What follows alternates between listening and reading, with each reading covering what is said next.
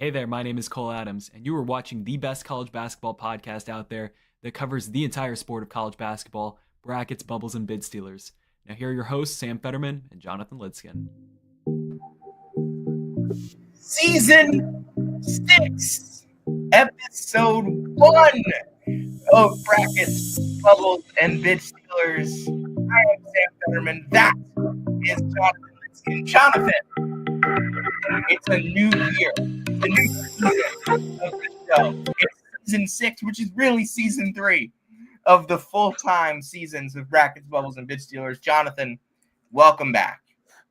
Thanks, Sam. It's been a nice. What has it been, like 9 days off? 9 days off since our last one. So a little break here, but it's all gas, no breaks for the most part of Brackets, Bubbles, and Bid Stealers, and so away we go with Season 6. Yeah, as the great Cole Adams mentions in our intro, and yes, he is the great. He deserves the title. Oh, so Jack doesn't, but Cole does? Well, you were, shitting on Jack like a day after you said that. What makes Cole any greater than Jack? Ambassador for the sport, man. Well, is Jack not an ambassador for women's college basketball? He's an ambassador. He is. He really is. But we are 3 minutes into the season. If you are brand new to Brackets, Bubbles, and Bid Stealers, that is what you'll get. But as the great Cole Adams mentioned in our intro, yes, we cover the entire sport of college basketball. That means we have to cover the entire sport of college basketball 365 days a year. If you're not already looking at Brackets, Bubbles, and BidStealers.com, Jonathan and I are updating the portal tracker every single day. I just went through and updated the coaching tracker because we only have one head coaching vacancy left in college basketball. That would be Jonathan. That would be UC Riverside? That is correct. I did not look it up. I promise. Good stuff, Mr. Lidskin. Thank you. We have one vacancy left. We're going to walk through all 53 of the jobs that have been filled so far. We're not going to give any grades. I like the way that the three-man weave does their coaching carousel stuff, but I'm going to be completely honest with you. I don't have the mental fortitude to do that. What do they do? I haven't had a chance to look. They grade on a curve. So, like, they only get a certain amount of A's to give out and only a certain amount of B's, only a certain amount of C's. I see. So, like, they have to give F's. Okay. Yeah, no, I mean, I don't mind that. Yeah. We're not going to do it that way, but I don't mind it. No, which is why I'm not going to give out grades at all. So if you're wondering why we're not talking at all about the transfer portal in this episode, it's calculated. Because in order to talk about the transfer portal, like think about it like we're writing some sort of book, and the book is the season. The season, and if you're in like a 6th grade English class or 7th or 8th grade English class or a high school English class, and you kind of sometimes when you would read a book, you'd get to know the characters first, right? Yeah. I think that in order to get to know the characters, you have to get to know the characters that are bringing in the characters that lead to the characters. And I think that's why we're starting with the coaching carousel. Taking you back to some 8th grade English class type stuff. Jonathan, what was your favorite part of The Great Gatsby?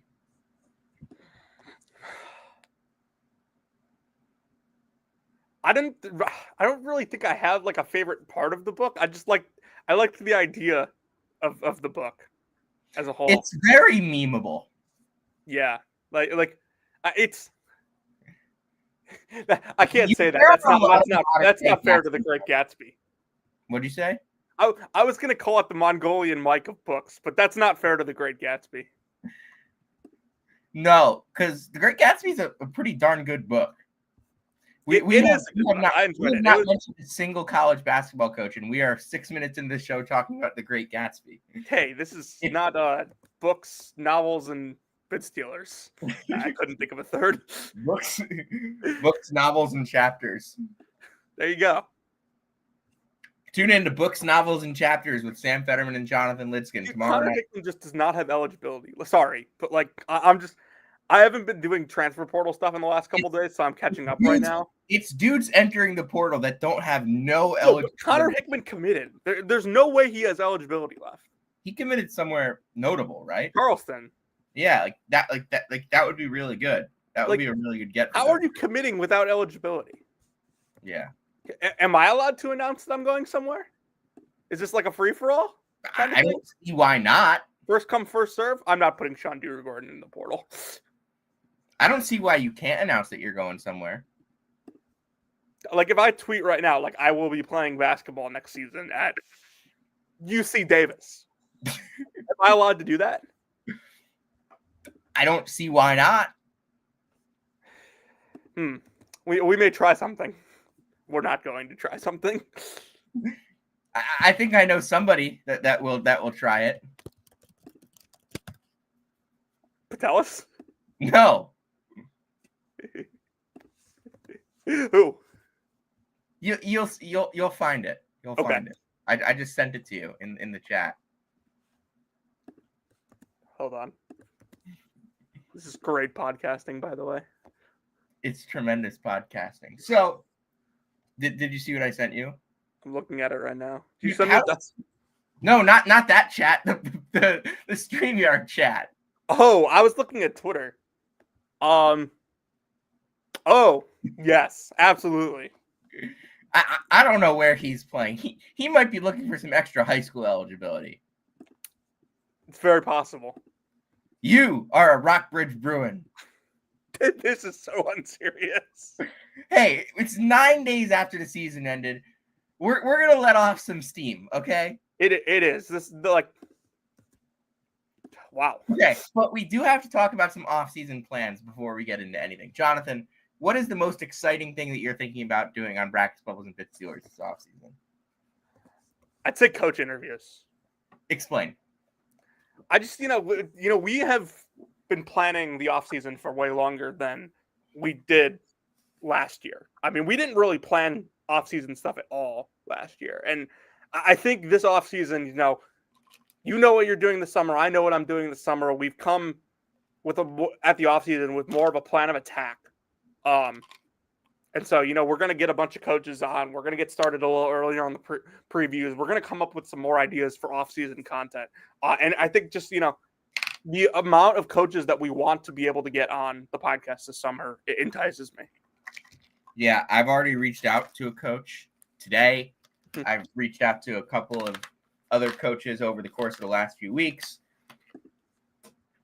I'm going to try and get all of the new coaches in the Northeast to come on. I think I can swing that. Love that. Jonathan, we're going to have to get a couple of the Valley coaches. Oh, for sure. Well, we're starting to work on that tonight. Damian Collins just committed to South Florida. Yeah, that does he have eligibility left? He might have a year. Wasn't he the same class as Bryce Hopkins at Kentucky? That sounds right. That would be what, class of 21? Yes. So if he redshirted a year, he would have another year. Which I believe he did. Okay, moving on. All right, let's Carousel. The thing I'm most excited for this offseason, outside of the coach interviews, is how many team previews we're going to do. We're going to try and start banging these out in like June, and we're going to get a different guest, and we're going to get I don't know how many we're going to do, but we're going to far outweigh. We might have more podcast episodes by the time the season starts than we had until like January last year. That's a lofty goal, Herb. It's not a goal. It's just me saying we're going to have a ton of content for you. We're also going to hopefully do a better job of clipping our content. Yeah. And posting on Googles. We're also hopefully going to do a better job of the online content. I was kind of carrying the website over the last few months. Let's hire a clipping intern. Sharp?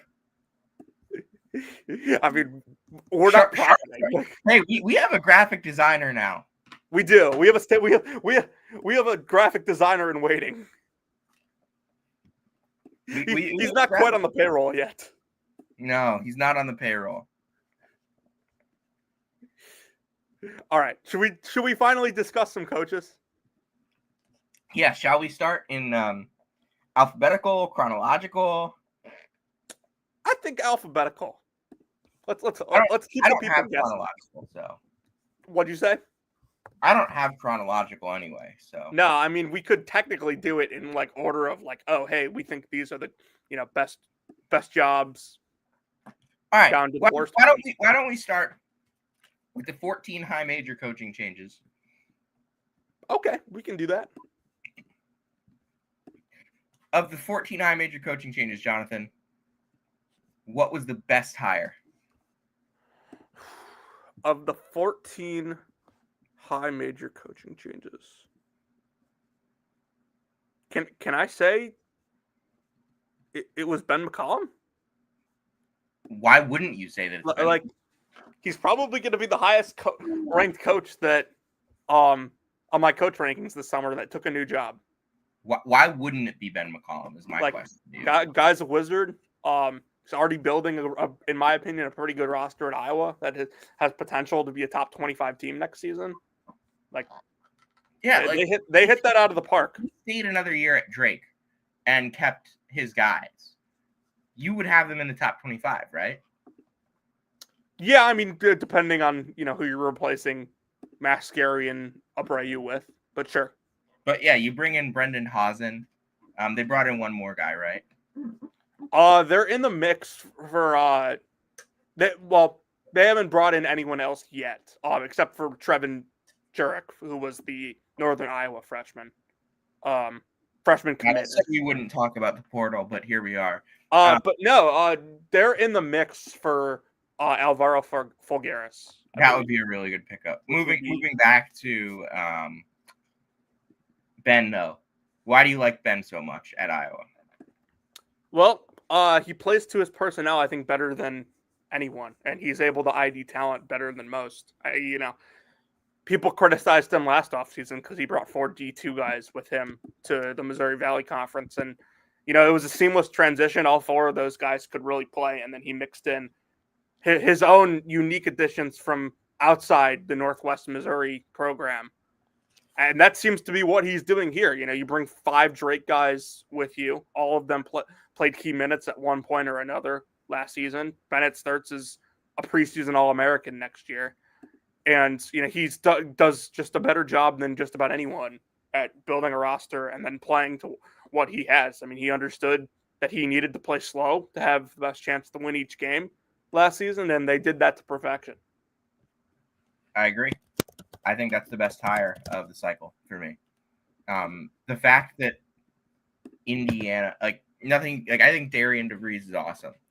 Yeah. But I think Indiana might regret picking Darian over Ben if it ended up that they picked Darian over Ben. Yeah, we don't know that for sure, right? Norlander was kind of hinting that it was. Okay. That's what happened on his pod today, which I did listen to. That's the last 2 Drake coaches, and both have been great. And the third most recent Drake coach is also now coaching in the Big Ten, and Nico Medved. Yeah, and I think that was a really good hire too. But at what point do we get to the? At what point do we get to the? Oh, hey, everyone wins at Drake. I mean, I think they're all just good coaches. No, I just think the athletic department does a really good job at hiring a good coach, and I think they made another good hire. It's very Utah State. Like the job itself isn't incredible. Like it's not VCU. I mean, it was thought of to be the worst job in the conference not that long ago. It's not VCU where the job itself is awesome. Like VCU's got the best crowd in the conference. They've got probably the best money in the conference. They've got a big student body. They're in a big city. Like it's a huge state school in a rich state. So like that's a job that like makes sense why it would be good. Drake, on the other hand, it's a smaller private school in a league with a lot of public schools in Des Moines, Iowa, where it's not even the biggest program in its state in the league.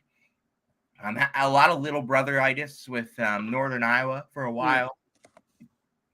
But 3 straight really, really good hires between Nico Medved, Darren DeVries, and Ben McCollum. And I think they made another good one in Eric Henderson. Obviously, it's not the same. But I mean, I don't think you could have made much better of a hire than Eric Henderson. And we'll get to that. Right. The other Big Ten moves that I want to talk about, I don't think Minnesota could have done any better than Nico Medved. Like, I think that's a home run. You had a really good coach that his dream job was Minnesota. Like, that was a sleepwalk hire. They had to make it. It was a good hire. He'll do well there. I think in terms of no-brainers, that might be the single biggest no-brainer in the history of the Big Ten. Yeah, I mean, I don't even really know what else to compare. For me, the only bigger no-brainer would be firing Mike Woodson last year and hiring Dusty May. I still don't know why they didn't do that. It is a mystery. But this is a successful high mid-major basketball coach who has taken teams to at-large bids in the NCAA tournament at Colorado State. That is not a place where they make the NCAA tournament very often. He developed 3 NBA players at Colorado State. He made 3 NCAA tournaments in the last 4 seasons. They had made 3 NCAA tournaments in the last 30 seasons before he got there, I think. Mm-hmm. Or 25 seasons. Larry Eustace had a really good year in 2013 with a lot of Tim Miles guys. Dale Layer had a good year, Dale Layer had a good run in the Mountain West tournament one year. Richie McKay didn't make the tournament there. Richie McKay is a good coach. That was a long, long time ago. Yeah, I mean, it's a tough place to win. In a much different Mountain West. It's not the easiest place to win in the world. But it's not the most difficult place either. I mean, hey, Stu Morrill, who was a tremendous coach at Utah State, didn't make the NCAA tournament at Colorado State. So, and neither did Richie McKay. So the fact that Medved was able to make 3, very good stuff from Nico. Developing 3 NBA players, starting with David Roddy in 2022, then Isaiah Stevens last season, and now Nick Clifford, who's going to be in. I don't know if Isaiah Stevens actually got to the NBA. Did he?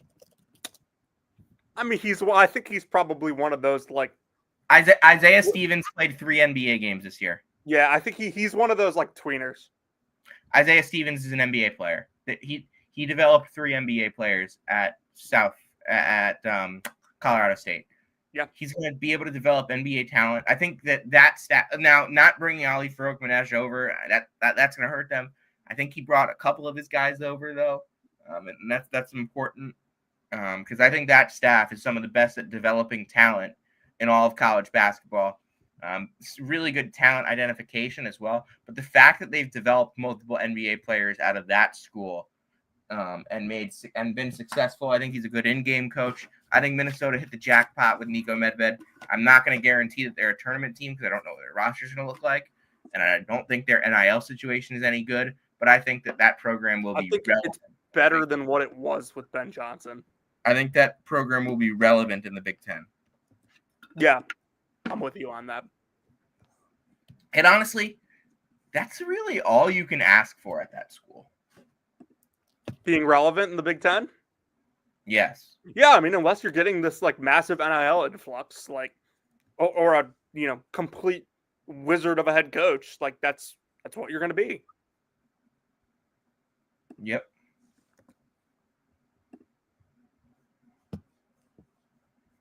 What do you want to move to next? You want to do Indiana? Yeah, let's do Indiana. Like, a lot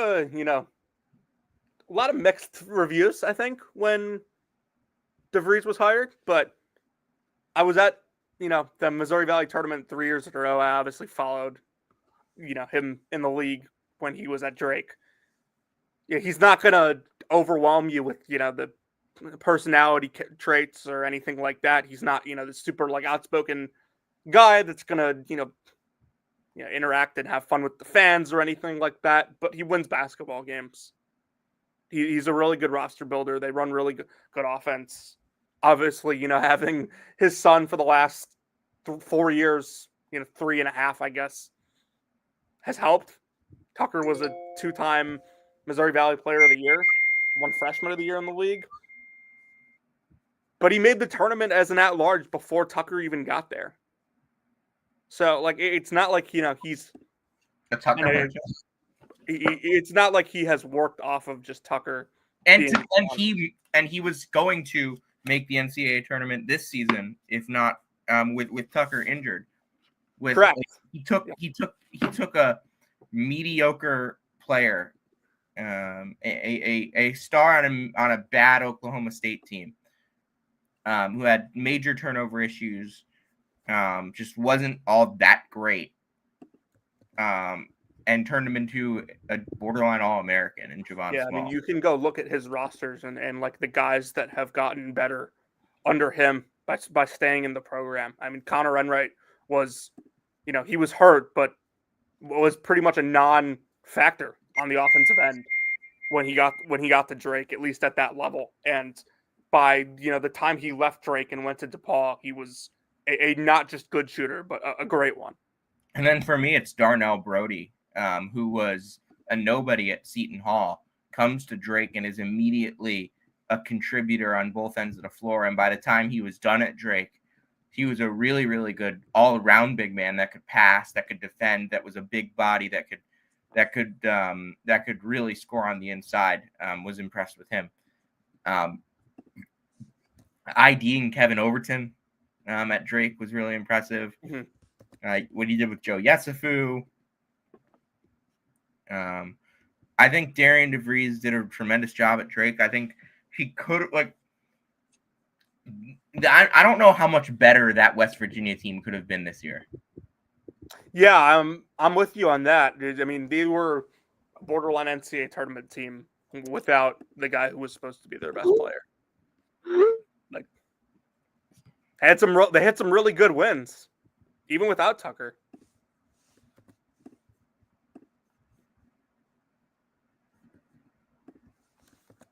Anything else on the Indiana hire? I like Darian. Yeah, I think he'll do a good job. Were there any other moves in the Big Ten? I don't think so. Not to my knowledge. Oh, there was one that you didn't know about. Oh no, there was one. Are we missing one? We'll get into that. We'll get into that when we talk Big East. 2 moves in the Big 12. We just talked about, obviously, Darian DeVries leaving. Ross Hodge is the new hire, and oh my God, I love this. Yeah, you talk about this one because you've been a Ross Hodge guy for I'm a like while now. Teetering on like they might have upgraded here. Ooh, okay.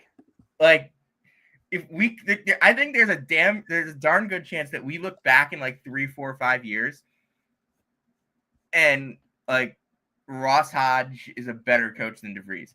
Now, I wouldn't say that right now. I don't think that's true right now.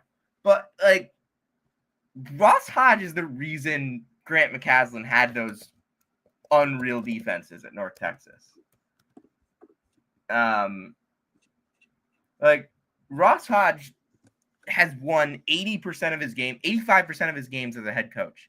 He just won 27 games this year and made the NIT Final Four. He made the NIT Final Four as an assistant 2 years ago.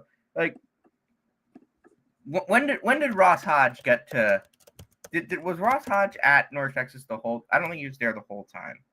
Oh no, he was there the whole time with Grant. But he was a tremendously successful JUCO coach at Paris and at Midland in the late 2000s, and then he did an awesome job at North Texas. Mm-hmm. He was at Arkansas State with Grant, and he's like the defensive mind behind all of this. Like, yeah, I think it's going to be cool. I think it's going to be cool to see. Okay. I think there's bust potential here. There's bust potential because he didn't have teams as good as Grant did. I don't think it's as slam dunk of a hire as Grant was. But I also think like Ross Hodge is young enough at 44 years old to the point where his best coaching days, I think, are ahead of him. Mm-hmm. Like this guy was a head coach in JUCO, Jonathan, at 26 years old. When he was 26 years old, he went 26-4. When he was 27 years old, he made the JUCO Elite Eight. He made it to Hutch as a 27-year-old. I think that's nuts. Back-to-back NITs as the head coach at North Texas. Really, really good defensive mind. I think he might need an offensive coordinator. Yeah, but I think it'll be cool to see, West Virginia get back to that super defense-focused identity that Huggins had. I think he might need an offensive coordinator. I don't know who he's hired, but I think he might need an offensive coordinator. Okay. But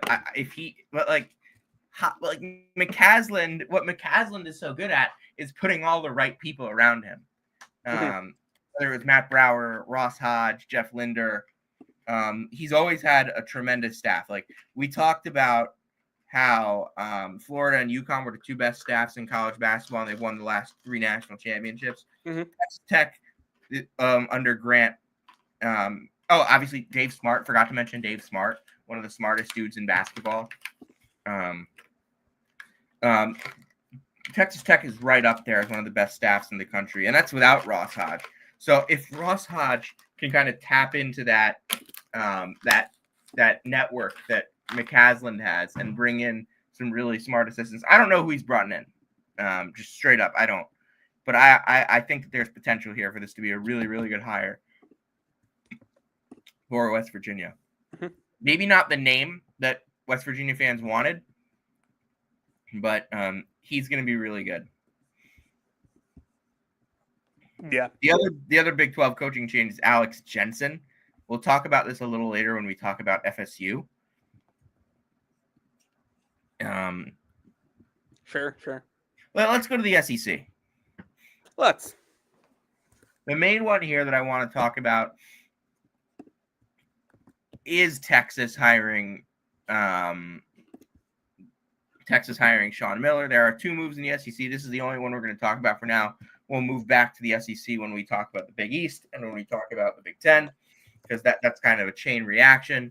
But the other chain reaction that we want to talk about here is Sean Miller going to Texas. That'll bring us to the Big East, coming from Xavier. I think it's a good hire. I don't think it's a slam dunk home run, knocked it out of the park hire, but I think it's a darn good hire, and you're giving him a ton of resources. I think there's a chance that Sean Miller can make a Final Four at Texas. I don't think he will, but I think he's giving himself the opportunity to make a Final Four. Yeah, I think Sean Miller is a good coach. I've always kind of thought he was a good coach. I don't think he's this elite, amazing coach, but he gets good players. He's had good teams at Xavier and Arizona. And, he's going to have a lot of resources at Texas. So, I know Xavier fans were not happy with the way he left. I would not be happy about that either. But, I think it's, I'd stop short of calling it a slam dunk. I'd stop short of calling it an elite hire, but I think it's a very good one. Here's my thing. Texas has more money, had more money to make a hire than anybody else in the cycle. And I don't think they hired the best coach of anybody in the cycle. Yeah, I would agree with that. That's kind of. I also don't think that it was ever a possibility that they were going to hire Ben McCollum. But I also don't there were rumors that they were going to try and swing for some huge I think someone at one point said Todd Golden that they were going to swing for him. or they were going to swing for some, like, I don't think it's underwhelming because I never did thought not that feel like Texas tried to do what Kentucky did last year. Yeah, and honestly, I don't mind that. So, I mean, I think Kentucky landed on a really good coach anyway. I think Texas has a good basketball coach. I think that's not something I could have said over the last couple years. Yeah. We'll leave it at that. But I do think that, like, overall, this is, like, they did not end up with the best basketball coach spending the most money. And that's kind of where I am at with this. Like, they can make a Final Four under Sean Miller. Like, a lot of these programs can make a Final Four. Yeah. Like, I think that there's a lot of coaches that were hired that I could see making a Final Four. Yeah, I mean, I also think that, like, I could see Ross Hodge making a Final Four. I could see Ben McCollum making a Final Four. I could see Darian DeVries making a Final Four. I mean, I could see. I could obviously see McCollum making a Final Four. There's a couple other guys. I think a lot of coaches can make Final Fours, but, like, can you coach at and build teams that have a chance to get to a Final Four on a yearly basis? And that's what I'm not certain about with Sean. Yeah. Like, I think he'll build good teams. Mm-hmm. I don't think he's going to build teams as good and as consistently as he did at Arizona, though. A little sleepy, Fetterman? It's 11-11, and I slept. Hey, we've done pods later than this. It's 11-11 in the off season, man. We don't get the 3 a.m. nights in the off season as often. We don't. Well, on the phone we do. Yeah. It would be a significantly better podcast if we just recorded those phone calls and posted them. It would not be a significantly better podcast. It would be significantly funnier. Yes. But the actual content would be terrible. Also, like, we would probably no longer have a podcast. Yes. Look, if you're not talking, like, there's a lot of crap being talked about, people. We don't always, like, we give our honest takes on here. Yeah, no, we're not like, we give some seriously exaggerated takes when we're on the phone. It's not that we're saying different things when we talk off the air. It's just how we're saying them. Yes. Moving on. Sean Miller was hired at Texas. Richard Pitino was hired at Xavier. Jonathan, we've discussed this one at length. Yeah, we have. Not on here, but what have you been saying about this? I mean, I don't think it's a good hire.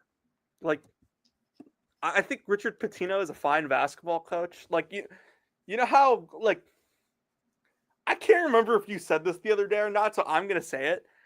You know how, like, there will be players in baseball that, they're not, like, when they come up to the majors, they're not that good, but then they go down to AAA and they'll dominate. And you call them, like, quadruple A players. That's what I think Richard Pitino is. I think he's a quadruple A coach. I think he could go to any mid-major in the country and do very well there. But I don't think he's quite good enough to be a consistent winner at a good level like the Big East. Like, I mean, if you look at his career, like, only at FIU for one season, but did well there. Like, they increased their win total by like 10 wins in his 1 year there. Then he goes to Minnesota. He made, a couple tournaments, made a second round once or twice, like, did fine there. And this was pre-NIL era when Minnesota wasn't, like, completely in the gutter resource-wise. Then, ultimately goes back to New Mexico, did very well there. I think Xavier, like, I don't think Xavier is, like, undermanned resource-wise the way Minnesota may have been, even in an under-the-table situation, like when he was there. But I do think that, Xavier isn't, the top of the Big East resource-wise. And I think, like, what we'll end up seeing with Richard Pitino is he'll probably be at Xavier for 6-7 years. Probably make the second round a couple times. He'll make tournaments, but I don't expect him to win anything substantial there. I'm gonna tell the folks what you said on the phone last night. Okay. Jonathan said to me, he will make the second round multiple times and lose by an average of 18 points. He will never make a Sweet 16. Yeah, I mean, like, if I had to bet on it, I don't think Richard Pitino makes a Sweet 16 at Xavier. We'll talk New Mexico because I think that's a school that upgraded. Yes, I actually do as well. Although I don't think that, like, I don't know how possible it is to do, like, better than what Richard Pitino did there. I'm going to be honest with you. I thought Richard Pitino should have stayed at New Mexico for eternity. Yeah, I mean, But he would have done well there forever. The problem with that is perpetuity is not a thing for New Mexico because they are losing half of the top of that conference. That's right. I hadn't even really thought about so that. New Mexico instantly becomes a worse job. Yeah. Maybe making the tournament is easier if you're as an auto bid, but doing it so as an at-large is going to get significantly more difficult. Mm-hmm. I don't know why the Mountain West doesn't just like completely merge with the Pac-12. Can't swallow their pride. I mean, is that even on the table, though? No. I don't know why it's not. Like, the Pac-12 isn't targeting, like, exclusively football schools, though. Right? Dude, Northern Illinois is going to the goddamn Mountain West.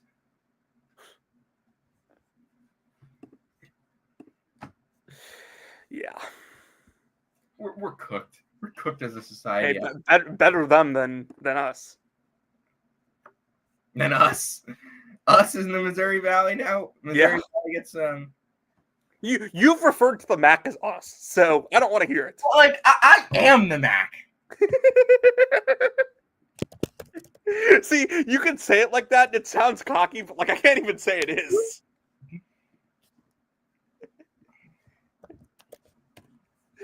All right. Eric Olin, like, good basketball coach. We're not done yet. We have to go talk about. I wasn't done. You said let's talk about New Mexico. Let's talk about Villanova. Let's talk about the other Big East job. Oh, okay. By the way, I just texted you. Oh, awesome. Yeah. That's good to hear. Yeah. All right, Villanova. Has anyone ever handled this situation worse than Kevin Willard did? I can't confidently say, like, yes to that question. Like, not even, like, Pitino when he left Iona wasn't even this bad. Although I will say, Pitino when he got to Iona saying that, like, oh, this will be my last college basketball job. This will be, like, he was like, my passion for basketball started in New York and it will end at Iona College. Like, okay, fine. Did anyone, like, take that seriously? Yes. Said that? Yes. Okay. Everyone took it seriously, except for everybody outside of Iona. Okay. To be fair, that was also a little bit before I started covering the league. Yeah. That was like right before I started covering the league. It was the year before. Mm-hmm. So, I mean, here's my problem. Not only did Kevin Willard like handle this terribly, but I just don't think he's that good. I don't think he's that good either. Like, I think he's a fine like, he's kind of in the same boat as Richard Pitino for me. Like, you know he's going to win some basketball games. He'll probably make tournaments. But, like, at the end of the day, like, at Xavier, like, Richard Pitino might be okay doing that. If Kevin Willard just, like, you know, gets to a Sweet 16 once every 5 years at Villanova, like, that's probably not going to sit with them. Here's my thing. If he does that, you're going to get so much donor fatigue that in 5 years, Villanova is not going to be as good of a job as it is right now. And I also think that, like, I look at Villanova and I say, like, you better win. Like, you better make second weekends. You better win Big East titles. You know, not just for yourself, but like if you get fired, Villanova's not hiring. Villanova can't make a home run hire after this. Like, this is their last chance. This is their last chance to have like a legitimate, like, because they're not going to be spending as much money on a hire 5 years down the road if they're not a successful program under Kevin Willard. Yeah, but there's also like no universe in which like they are a successful program and are spending money on another coach in 5 years. Exactly. So it only goes one way. Yeah, exactly. It goes the way of Kevin Willard is this program's like Hail Mary? I don't know if that's the right term, but like I get what you're saying. And I don't think he's I don't think it's Doug Flutie out there. I think Kevin Willard can coach. Like I don't think there's any doubt behind that. Yeah, I think he's better. I think he's better than the guy that A&M got that Maryland got to replace him. I disagree, but I know we have different thoughts on that. Yeah, we'll get into that. Kevin's a good guy. Knows what he's talking about. Knows how to win. Does he know how to? Good guy in the aspect of like can coach. I mean, Jaden likes him. Okay. I don't know if that means he's a good guy, but Jaden's covered him for a decade. Yeah, I mean, I trust Jaden's judgment with everything that isn't Duke UNC related. Or Michigan Ohio State related. Fair. But I like the idea of like a Big East guy who's been to the tournament, who's been to the Sweet 16. I just don't think Kevin Willard like is as good as his resume. What resume? What I just said. Big East guy who's won the Big East, who's been okay. So his like resume as a person. Because his resume as a coach is like the three things I just said. Big East guy who's won the Big East and has made the Sweet 16. Like, that's about all I can say about him. He won the Big East? Yeah, he won a Big East tournament. Oh, tournament, not the regular season. Yeah, but like when you win a Big East tournament, that's like the Big East. Yeah, tournament. no. That's fair. I don't think he's as good as what that would say. Yeah, I mean he. Like, what is he? He has 4 tournament wins in like 15 years. What is he? The 6th best coach in the Big East? Like, he has 4 tournament wins in like. Is it 4? I have that right? 1 at Seton Hall, 3 at Maryland.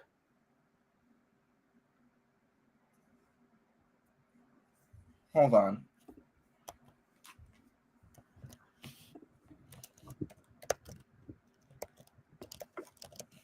You look this up. You look this up. I have to go take my dog out, so I will be back in 2 minutes. Oh, you're not going to be back for another 20 minutes. No, I will be. Yeah, it's 4. Yeah, in like 14 years, right? 1, 2, 3, 4, 5, 6, 7, 8, 9, 10, 11, 12, maybe 13. 15 years at a high major. 4 tournament wins. 18 years as a head coach. Yeah, I feel like I'm being gaslit on what like Kevin Willard is as a coach. I agree. Like, good coach. That's about it. All right. I don't really want to talk about. I don't really want to talk about Buzz Williams until Jonathan gets back. So I'm just gonna play some highlights of Bennett Sturts until he does, because Bennett Sturts rocks.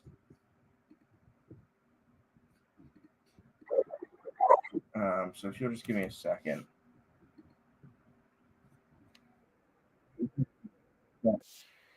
for you. Yeah, all right, there we go. Bennett starts highlights until Jonathan comes back. Slam dunk against Valpo. Good stuff. Comes off the pick and roll, drives to the basket. Wild runner. That's just who he is. Gets the steal, running in transition, ahead of the pack, slam dunk. Bennett Sturts. What a guy. Nice pass out to the corner. Gets it right back. Top of the key three, Bennett Sturts. We're just watching some Bennett Sturts highlights until Jonathan gets back. Another transition dunk here. Let's see. What else do we got? ISO, sag off. You sag off, your swag's off. Bennett Sturts drops the three. Playing Florida Gulf Coast early in the season. Crossover, goes to the left. Little runner, got it to go and one. Same game, gets the ball screen, goes to the basket on the DHO and scores. 42-35 against Belmont. Crossover move to the left, gets to the block, baseline drive, in for the bucket. Against Indiana State, left-hand drive, ball fake, goes up, gets the tough finish to go. In Arch Madness, Southern Illinois quarterfinal, nice crossover move, backs out, goes back in, right-hand layup from the left side. Gets a pass from the outside, to the outside, drains a deep three. Right wing, splash. Sturt's going to get it again here on the right wing. A little bit of a sag. If you sag off, your swag's off. You sag off, your swag's off. Got to have a hand in the face at all times. 45% three-point shooter from the left wing above the break. 47, actually. He's going to drain this one from the top of the key because, of course, playing Bradley, MVC final. Duke Dean guarding him. Step back. You bet. Against, who's this? Stephen F. Austin. Nice pass. Really good, really good passer. Watch this one right here. It's going to get a ball screen. He's going to throw a lob up top, and it's going to be a slam dunk. He's going to be double teamed. They're playing Green Bay. That wasn't him being double teamed. But yeah, we're watching some Bennett Sturts highlights until Jonathan gets back here. I'm going to find a man for the slam dunk. Here he's going to get the screen. Going to fire a lob all the way up top, thrown down. Sturts spins, gets it back, comes around the screen, gives it right back. Tavion Banks, right hand flush. Sturts gets the screen from Manwu, gives it in. Manwu slams down. Sturts gets a screen from Manwu, goes around. He's got Manwu on the one-hand bounce pass to finish. Dude, no way I was gone for like 3 minutes and you're doing film review. Oh, I just started watching Bennett Sturts highlights because I didn't want to talk about Buzz Williams without you. Okay. It's not film review. I just turned on some highlights. All right, let's do. How long were you sitting there while I was watching the highlights? Literally not even 2 seconds. Okay, good. So, I mean, like, I'll use the term again. He's a generational job hopper. All right, that's enough to say about Buzz. Let's move on. Like, he's a good coach. He'll be there for 5 years before he takes another job. Here's my thing. What he does, he brings in a recruiting class. He wins with that recruiting class, and then he leaves. By the way, UCF replacing, I know we're getting sidetracked here, but UCF replacing Mustafa Thiem with John Bull is hilarious. Corporate is asking you to find the difference between these two photos. both are 247 industry plants. Honestly, both might be strictly b-ball industry plants. All right, let's move on. Buckyball. Yes, at A&M. Like, feels very Pat Kelsey to Louisville to me. Really? You like? I know you disagree, but like, hey, it's not like a super sexy hire, but he plays play fast. First of all, I thought Pat Kelsey to Louisville was a super sexy hire. Okay. I thought it was. I thought proven high-level college basketball coach who has won a lot in college basketball for over a decade. Just made back-to-back tournaments. I thought that was a sexy hire. Okay. Especially with the energy he brought. Bucky McMillan just like plays a fun style. Like he's not a fun guy. Okay. Like Pat Kelsey was a super sexy hire because he wins every press conference because he's going to go out there and make jokes. He's going to talk about the Cincinnati Reds. He's confident. He's brash. Bucky's a good guy. When I spoke to Bucky at Cornell, I was impressed with the fact that he even came out and talked to me after a loss. I'm just a guy. Like he didn't have to talk to me. Mm-hmm. But like, he's not exciting as a person. Like, okay. You don't listen to him and like think, yes, Bucky McMillan. Yeah, okay. So I was watch his teams and you say, yes, Bucky McMillan. But you don't really get that from hearing him speak. I don't think he's lived in one place his entire life. So this is going to be a huge adjustment for him. So I'm not all the way there yet. I think it's going to end up working. But what does working mean? Make a couple tournaments? I think he'll make more than a couple. How long do you think he'll be there? I mean, if I had to guess, Bucky moves up from A&M eventually. I don't know. Like I don't know where he would move up from A&M to. But I don't want to talk about that. I want to talk about A&M. I think it'll work. I'm just not convinced like he wins big there. Like I think he's smart enough to not like go full on 94 feet of press for 40 minutes in the SEC. And I think year one's going to be rough, by the way. Hey, I mean, his system is built on having athletes, and he's probably going to have some good athletes and depth. They got a really late start in the portal. They are not going to have the depth. It's fine. I think if it is that way, we could probably just write off year one. And it's okay. We can write off year one. I'm just saying. I don't want to come out here and act like I'm hating on Bucky. I think it's a great hire. Like I don't know who else. Like I was looking at the hires they could have possibly made, and I'm like, do you hire Bucky? Like it was the hire that I think I landed on as this is the way I would go. But I'm not convinced. Okay. I think that's a reasonable opinion to have. Not every single one of these guys is going to be a great hire.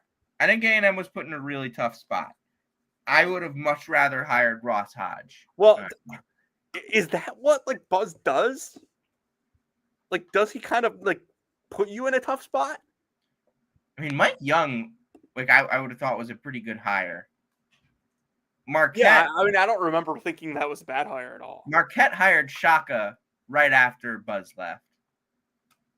And like that was thought. No, wait, no, they didn't. They hired Wojo. Mm-hmm. What am I thinking? They hired Wojo. Wojo had some decent years there. They all hate him. Marquette fans? Yes. He's living it up in the G League right now. Really? Yeah, I forget which team he's would know that. I saw him at the Final Four. Yeah, of course you would see him at the Final Four. Him and Chris together. Chris Collins. Ah, right. Duke. The Coach K staff. Coach K. All right. You want to move on? Yeah. Is this where we get into some of the mid-major hires? No. Is it? Are we done with high major hires? I have no idea who's left. Oh, the ACC. Oh, Jesus. Oh, yeah, we do get into the mid-majors now. But Ryan Odom, check, winner, like really good hire. Perfect. Knows the state, has been like is a Virginia guy. Completely like no-brainer.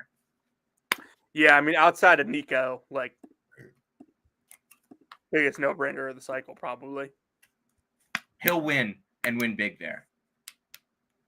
I think he can make a Final Four. Like, Ryan Odom's a good coach. I don't know if like Virginia has like super great resources. I think he can make Final Fours there. Yeah, I mean, I wouldn't rule that out by any means. I just think, like, look at who they've taken so far. Like, Downhall, Sam Lewis, Devin Tillis. Like, these aren't Jakari White. Like, good players, not, like, super big names.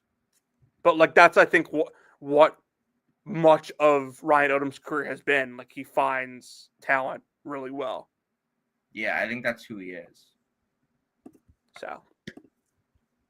and maybe he doesn't want to operate like that. Like, he's a smart guy. He understands what building a roster takes. He's done it at a couple different places. All right, let's all right.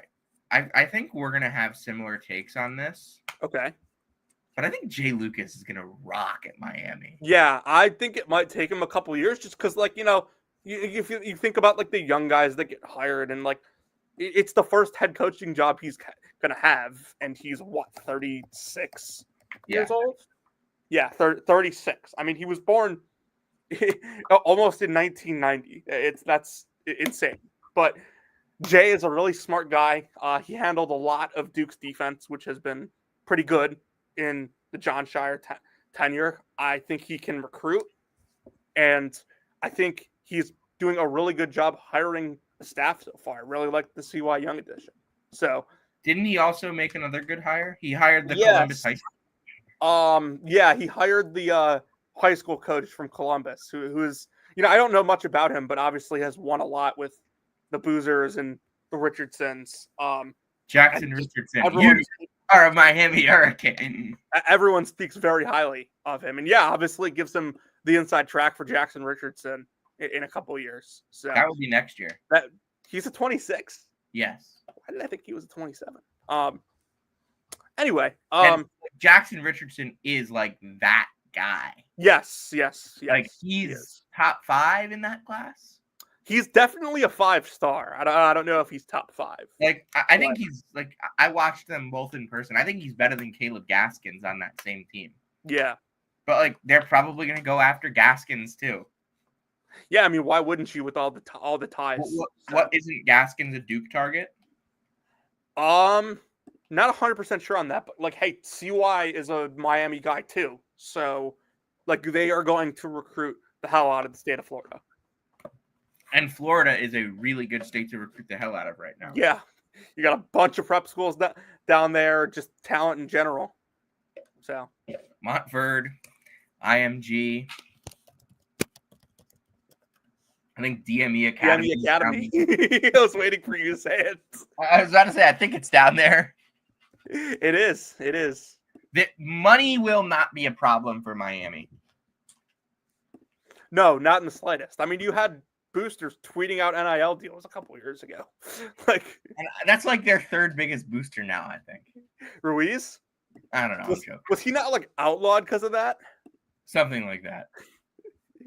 But like Miami does have that kind of money where they could tell a huge booster to basically like get out of town and still be okay. Yeah, they have fuck you money. They do. Now Florida State. Now they just need fuck you scores. Now Florida State does not have fuck you money, but I think Luke Laux is going to work there. Yeah, I don't think Florida State's like broke though. They're certainly not operating like. And then there's Alex Jensen at Utah. 2 NBA guys. Which one works out better? Listen, like, I think, I don't think there's going to be a certain recipe with these NBA guys. It's a very new idea, bringing NBA assistants over for college jobs, but I don't think it's, By the way, Luke Laux just turned 35 years old. See, that I didn't know, actually. Dude, I probably watched this guy play college basketball. No. 2008, 2012. Did he play at Florida State? Yeah. Okay. That makes a lot more sense. Dude, he played in he played in the 2012 team with Michael Snare and Bernard Dude, James. did he actually play on that team? He played 65% of the minutes. Dude, The 3 seed. what year? 2012. Okay, hold on. What year did I? Dude, I watched this guy play in the NCAA tournament live. In person? In 2011, Florida State played at the United Center, and my dad took me, and I watched Luke Laux play in person in an NCAA tournament game.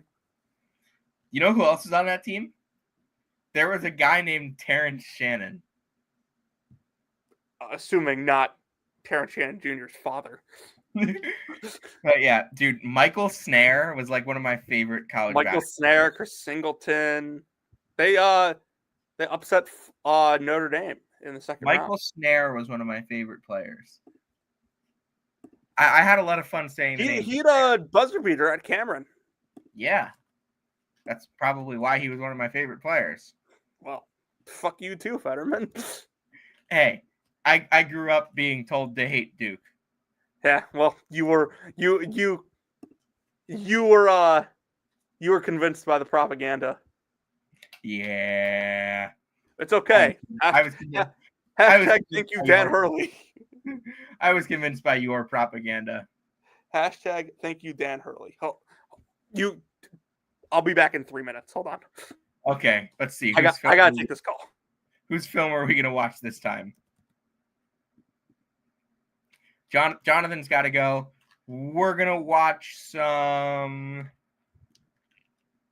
How about we watch some Marcus Santos Silva? Because why not? Oh, here we go. Marcus Santos Silva highlights from Lille.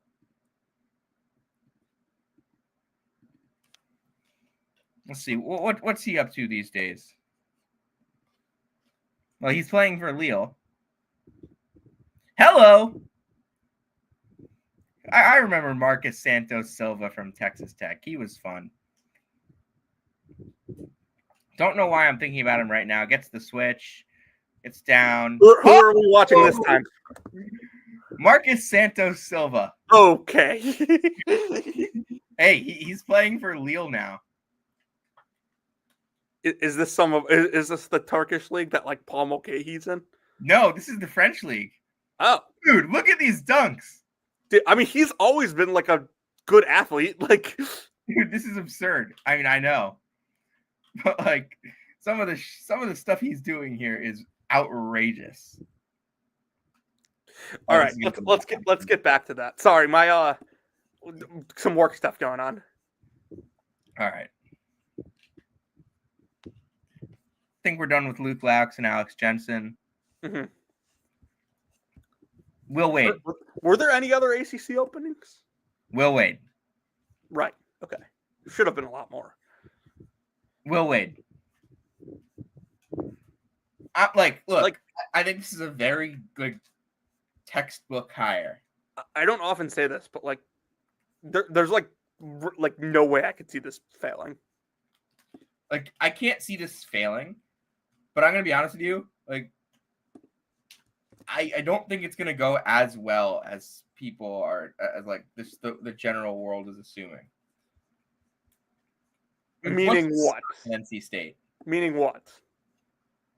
I don't think he can make a Final Four there. Dude, the guy before him made a Final Four. Okay, I don't think he can like legit make a Final Four. like not a gimmick Final Four. Yes. It only counts if you're a 3 seed or better. Okay, I don't think that's quite fair. It only counts if you're a 4 seed or better. Okay, well, first of all, I mean, if you go back and like look at it, like 8 through like 7 through 10 seeds, like, or like I guess 6 through 9 seeds like rarely make Final Fours. Like, I mean, 10 and 11 seeds, like, it happens, like, I wouldn't call it often, but, like... I think it's happened to a 10 seed, like, once, maybe twice.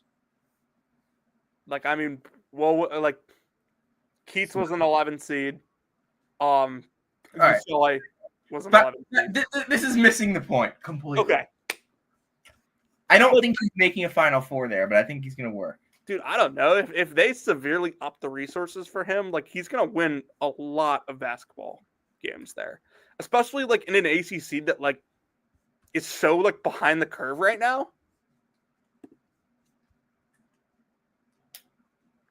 All right. You want to move on? Yeah. I love Will Wade. I think it's tremendous hire. Like I don't think they could have done better. Like I would expect him to be consistently a top 5 team in the conference. All right. So we've been doing this for over an hour. We're getting to the mid majors. Yeah. Do you want to do this tonight or on another pod? Let's do it tonight. I got nowhere to be. I'm going to be honest with you. I'm exhausted. Oh, Fetterman. All that Marcus Santos Silva highlight watching. Dude, you're such a gimmick, man. I'm the gimmick. I'm the gimmick. Hey, that's like the third worst thing I've called you today. All right. I'm going to text you. Oh, what are you going to text me? Oh. Okay. We're gonna have a new naming convention for our podcast this year. Every episode will be named for what is said in the middle of the outro. Jonathan, would you like to take us home for the first? Oh, it would just be an honor, In Sam. season- If you came to hear about Tyler Self and where he's working, you came to the right place. If you came to hear about The Great Gatsby, you came to the right place. And if you came to hear about the latest happenings with Caleb Grill, you came to the right place. This has been season 6, episode 1 of Brackets, Bubbles, and Bid Stealers. Let me, real quick before we go, take a moment to welcome everyone who tuned in today or will tune in at some point during this next season to join us on this journey until the national championship next April. But for now, and then we'll do it again next year in season 7. For now, this has been the start of the offseason. This has been episode 1 of season 6, and we'll see you next time.